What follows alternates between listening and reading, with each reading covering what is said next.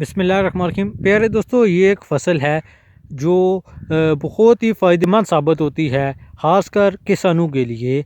और बहुत से लोग इससे मुस्तफ़ीद होते हैं।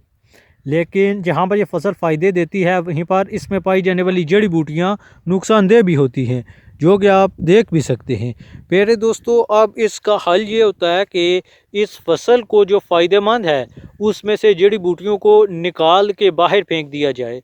यूँ ये पूरी की पूरी फसल फ़ायदेमंद साबित होगी। लेकिन इन जड़ी बूटियों की वजह से हम पूरी फसल को बर्बाद नहीं कर सकते।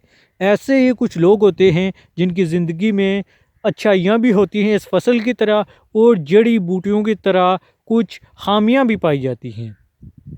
अब उन खामियों की वजह से हम उस शख्स को बुरा नहीं कह सकते, उस शख्स को गलत नहीं कह सकते, क्योंकि उसकी ज़िंदगी में पाई जाने वाली बहुत सी खूबियाँ हमारे लिए बहुत ही मुफीद साबित हो सकती हैं। इसलिए प्यारे दोस्तों, हमें अपनी ज़िंदगी में तमाम लोगों की खूबियों को देखना चाहिए, और अगर उसमें कोई खामियाँ नज़र आएँ तो उनको नज़रअंदाज करना चाहिए। ये ज़िंदगी गुजारने का एक बेहतरीन ज़रिया साबित हो सकता है।